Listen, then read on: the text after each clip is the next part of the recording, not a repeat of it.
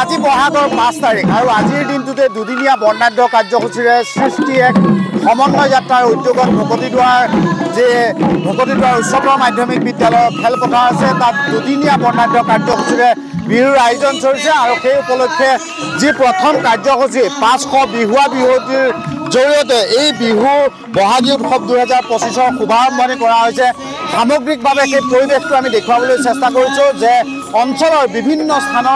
বিভিন্ন স্থানৰ আচলতে যিসকল নাচনী সেই নাচনীসকল ইয়ালৈ আহিছে আৰু প্ৰতিগৰাকীয়ে সেই নাচনীসকলে আচলতে আজিৰ দিনটোত এইদৰে বিহু আদৰা পৰিলক্ষিত হৈছে মই সেই পৰিৱেশটো দেখুৱাইছোঁ যে ভকতিদ্বাৰ গোসাইবাৰী কথমিয়াৰ ৰাঙলী বাহাৰ আদি কৰি অঞ্চলৰ যিসমূহ গাঁও আছে প্ৰায় 10-12খন গাঁৱৰ যিসকল নাচনী সেই নাচনীসকল ওলাই আহিছে আৰু প্ৰত্যেকেই এইদৰে বিহুৰ তালে তালে একত্ৰিত হৈ আচলতে বিহুটিক আদৰা পৰিলক্ষিত হৈছে যিহেতু সৃষ্টি এক সমন্বয় যাত্ৰা মাজুলীৰ উদ্যোগত দুদিনীয়া বৰ্ণাঢ্য কাৰ্যসূচীৰে বহাগী উৎসৱ 2025ৰ আয়োজন কৰা হৈছে এক সুন্দৰ পৰিৱেশৰ মাজত আচলতে আজি প্ৰথম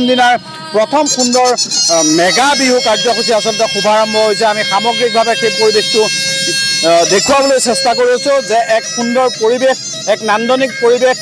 প্ৰায় 5 শতাধিক আচলতে নাচনীয়ে ইয়াত নাচি সকলোৱে একত্ৰিত হৈ আচলতে বিহুটিক আদৰা পৰিলক্ষিত হৈছে যিহেতু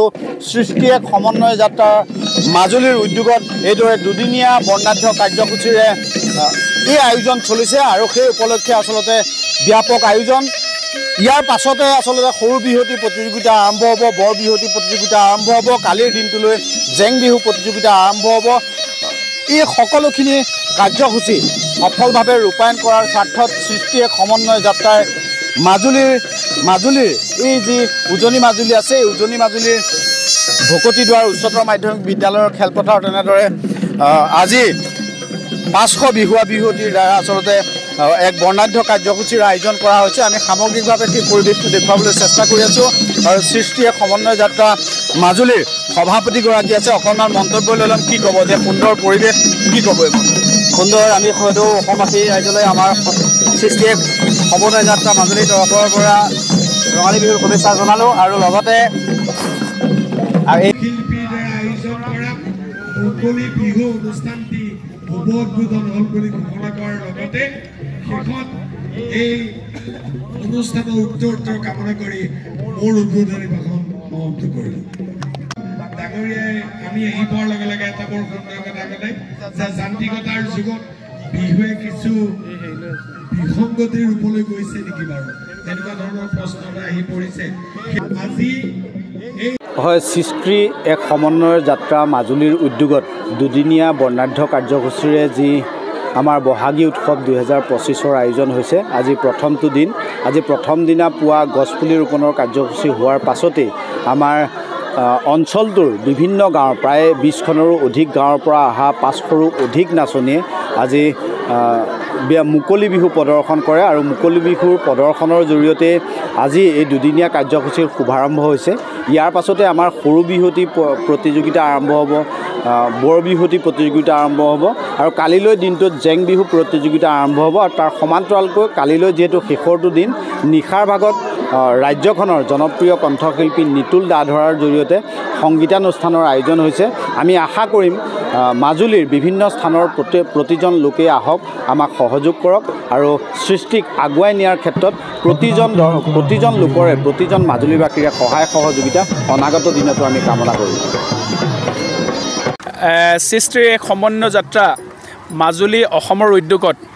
আজিৰ পৰা দুদিনীয়া বৰ্ণাঢ্য কাৰ্যসূচীৰে বহাগী উৎসৱ 2025 আমি অনুষ্ঠিত কৰিছোঁ যে আমাৰ এই অনুষ্ঠান হৈছে মাজুলীৰ উজনি মাজুলীৰ অন্যতম এক হৃদপিণ্ড স্বৰূপ ভকতিদ্বাৰ অঞ্চলত আমি এই অঞ্চলৰ প্ৰায় 200জন যুৱক যুৱতীক একত্ৰিত কৰি আমি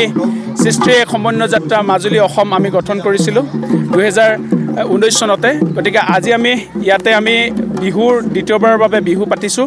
গতিকে সকলো অসমবাসীৰ ৰাইজৰ পৰা আমি আশীৰ্বাদ বিচাৰিছোঁ যাতে বিহু আমাৰ পৰিচয় বিহু আমাৰ স্বাভিমান এই স্বাভিমান আমাৰ পৰিচয় আমাৰ বিহুৰ অক্ষুণ্ণতা আমি স্বকীয়তা যাতে অক্ষুণ্ণ ৰাখি যাতে আমি নৱপ্ৰজন্ম আৰু উঠি অহা কণ শিশুসকলক যাতে আমি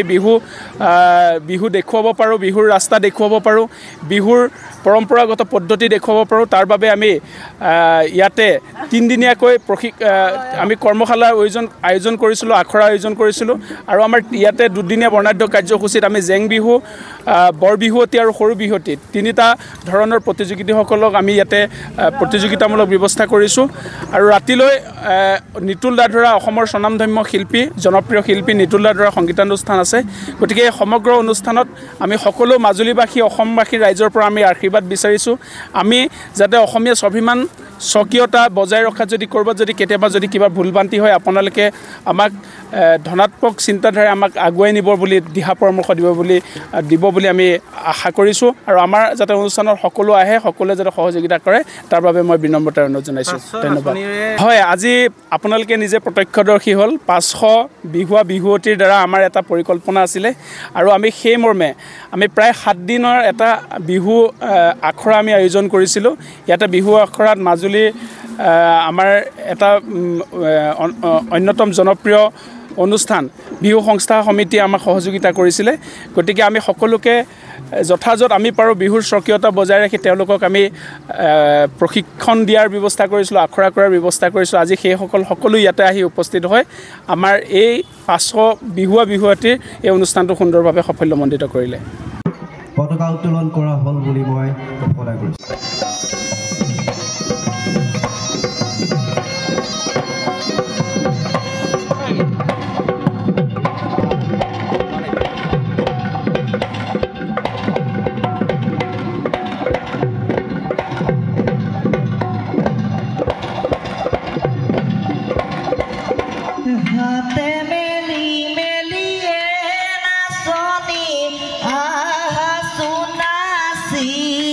Nasi